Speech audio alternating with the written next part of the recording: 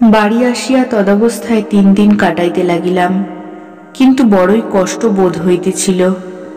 তৃতীয় দিন রাত্রে নৃপেন সাধুর জীবন সম্বন্ধে স্বয়ং ঠাকুর অনেক কথা শুনাইলেন, আর আমি লিখিয়া লইলাম। জাগিয়া উঠিয়া খুবই তন্ময় অবস্থায় উহা লিখিতে হইয়াছিল। মধ্যে মধ্যে ঘুমাইয়াছি, আবার উঠিয়া লিখিয়াছি। এইরূপেই সমস্ত রাত্রি কাটিয়াছিল। প্রভাতে সেই লেখা লইয়া নৃপেন সাধুর নিকট আসিলাম। সাধু সেই দিন তাহার অনেক ভক্তকে আসিতে নিমন্ত্রণ করিয়াছিলেন। সেই বড় ঘরখানিতে তিলমাত্র স্থান নাই। আমাকে দেখিয়া সকলে আনন্দিত হইলেন। এক পবিত্র আনন্দ কোলাহলের মধ্যে আমি সাধুর আদেশে তাহার জীবনী পাঠ করিয়া শুনাইতে লাগিলাম।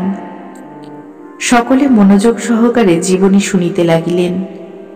আহা, সাধকের জীবনী কি মধুর, কি উচ্চ ভাবাপন্ন! পড়িতে পড়িতে একটি স্ত্রীলোকের কথা প্রসঙ্গে বলিলাম, স্ত্রীলোকটি শূদ্রাণী। নৃপেন সাধুও নিবিষ্ট মনে শুনিতেছিলেন। শূদ্রাণী শুনিয়া হঠাৎ বলিয়া উঠিলেন, না না, সে স্ত্রীলোকটি ম্যাতরানী। আমি বলিলাম, তাই লেখা আছে, এত লোকের মধ্যে বলেই শূদ্রাণী বললাম। পাঠ শেষ হইলে সাধু সকলকে সম্বোধন করিয়া বলিলেন, আমি প্রায় 5-6 বছর আগে এই জীবনী গোপনে শরৎবাবুকে বলেছিলাম, আর কেউ জানত না। দেখলেন ঠাকুরের কৃপায় এই ব্রাহ্মণ সন্তান কেমন নিখুঁতভাবে সব জানতে পেরেছে। শরৎবাবু সাধুর পরম ভক্ত, সুকিয়া স্ট্রিটের শশীকণা নামক বাড়িখানির মালিক। শরৎবাবু আমার মুখে এই জীবনী শুনিয়া আশ্চর্য হইলেন। ইহার পর সকলকে শুনাইয়া আমি বলিলাম, ঠাকুরের নির্দেশ মতো সাধুকে আমি একটি পরীক্ষা করব। সেই পরীক্ষায় যদি সাধু উত্তীর্ণ হন, তাহলে জানব সাধুর জীবন ঠিক পথেই চলেছে। নৃপেন সাধু বলিলেন, আমি প্রস্তুত, কি পরীক্ষা করতে হয় করো। আজ প্রায় স্ত্রী পুরুষে শতাধিক লোক এ বাটিতে উপস্থিত, এমন সুযোগ আর তুমি কবে পাবে? আমি বলিলাম, আমাকে একখানি কাপড় দিন, আমি এখানে কাপড় ছেড়ে সেই পরিষ্কার কাপড় পরে পূজার ঘরে যাব। তারপর যখনই আমি একটি জিনিস পাব, তখনই আপনি গিয়ে দরজায় ঘা দেবেন, না হলে ব্রহ্মহত্যা হওয়ার সম্ভাবনা। অনেকে ভাবিলেন, কি ভীষণ পরীক্ষা। একজন বলিলেন, আচ্ছা, উনি যদি ঠিক সময় গিয়ে না পৌঁছান, কে তোমায় রক্ষা করবে? আমি বলিলাম, জানি না কে আমায় রক্ষা করবে, বা কেউ মোটেই রক্ষা করবে কি না। তবে ইনি যদি অসাধু প্রমাণিত হন, তাহলে আমার বেঁচে না থাকাই ভালো। কথা মতো একখানি কৌশে বসন আসিল।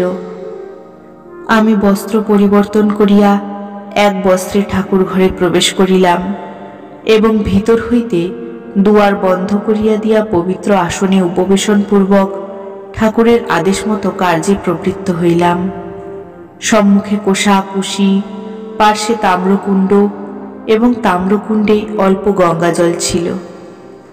কতক্ষণ পরে ঠিক বুঝিতে পারিলাম না, দেখিলাম একটি যজ্ঞোপবীত উপর হইতে লম্বমান হইয়া ধীরে ধীরে আসিয়া তাম্রকুণ্ডে পড়িল।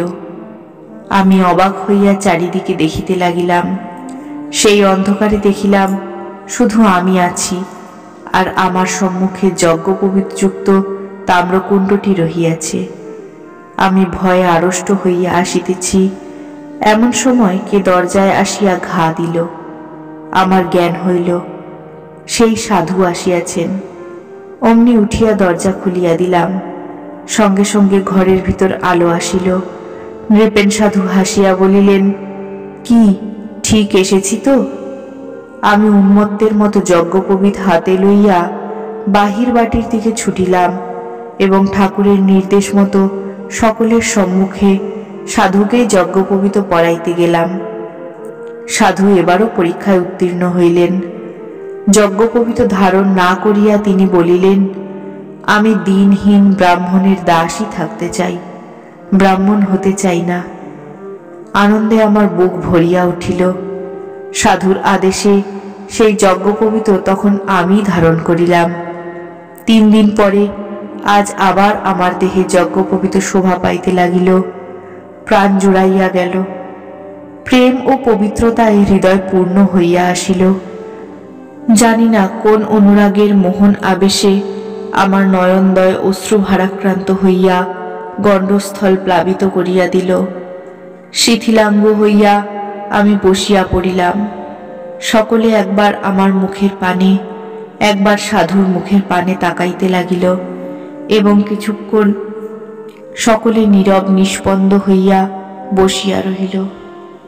সেই গভীর নিস্তব্ধতা ভঙ্গ করিয়া একজন করজোরে আমায় বলিলেন, যদি বলতে বাধা না থাকে, এই দৈবপ্রাপ্ত যজ্ঞোপবীত কেনই বা আপনি সাধুকে পড়াতে এলেন, আর সাধুই বা কেন নিজে না পড়ে আপনাকে পড়ালেন?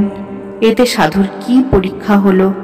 খুলে বলে আমাদের উৎকণ্ঠা দূর করুন। এ কথা শুনিয়া আমি সাধুর মুখের পানে তাকাইতে সাধু বলিলেন, বলো বলো অন্নদা, সব খুলে বলো, কিছু গোপন করো না, এতে আমার কোনো আপত্তি নেই। সাধুর আদেশে আমি তখন বলিতে আরম্ভ করিলাম, এই যে সাধুটি দেখছেন, ইনি গত 6 জন্ম কঠোর সাধনা করে আসছেন, তা তাঁর জীবনীতেই শুনেছেন। গত জন্মের পূর্বজন্মে ইনি গয়া জেলার কোনো এক পাহাড়ে একটি মাতৃমন্দিরে উপাসনায় ব্রতী হন। আমি তখন সেই মন্দিরের পূজারী ছিলাম। আমি সকল সময় তাকে মন্দিরে প্রবেশ করিতে দিতাম না, কেননা সেই জন্মে তিনি জাতিতে শূদ্র ছিলেন। একদিন তিনি বলেন, আমি ব্রহ্মতেজ লাভ করেছি, এখন ব্রাহ্মণ্য ধর্মানুযায়ী যজ্ঞোপবীত ধারণ করব। আপনি আমায় উপবীত দান করুন। আমি ব্রাহ্মণ হয়ে এই মায়ের বিধিবিহিত পূজার অনুষ্ঠান করব। আমি তখন তার সমস্ত কথাই উপেক্ষা করিয়াছিলাম। তাকে ব্রাহ্মণ বলে স্বীকার করিনি, পূজার অধিকারও দিইনি। কয়েক বৎসর পরে আমি যখন মৃত্যুশয্যায় শায়িত, তখন সাধুর সাধন লব্ধ যোগবল দেখে আমি প্রায় মুগ্ধ হতাম। সাধু তখন আমার খুবই সেবা করেছিলেন। একদিন তাঁর ব্রহ্ম তেজ দেখে আমি বিস্মিত হয়ে বলেছিলাম, আমার মৃত্যুর পর তুমি মায়ের পূজা করো। আমি এখন মৃত্যুশয্যায় শায়িত, না হলে তোমার নির্দেশ মতো আমি তোমাকে যজ্ঞোপবীত দান করতাম। আমি যদি এ যাত্রা বেঁচে উঠি, তোমায় বিধিমতো উপনীত করব। কিন্তু আমি সে যাত্রায় আর রক্ষা পেলাম না। আমার অভিপ্রায় সিদ্ধ হলো না। সেই আফসোস নিয়েই আমি দেহ ত্যাগ করলাম। সেই ঋণ শোধ করবার জন্যেই এ জন্মে এই দৈবপ্রাপ্ত যজ্ঞোপবীত পেয়ে তাকে পড়াতে এসেছিলাম। কিন্তু ঠাকুর স্বপ্নে বলে দিয়েছেন, যজ্ঞোপবীত গ্রহণ না করাই নৃপেনের সাধুত্বের পরিচয়ক জানবে। এখন বুঝলেন তো পরীক্ষাটি কি, আর উত্তীর্ণই বা সাধু কেমন করে হলেন? কথা শেষ হইতেই সাধু আমায় বলিলেন, তারপরের ঘটনাও বলো। আমি মায়ের পূজা করে কতদূর অগ্রসর হয়েছিলাম বলো। আমি তখন সকলকে সম্বোধন করিয়া বলিলাম, তবে শুনুন।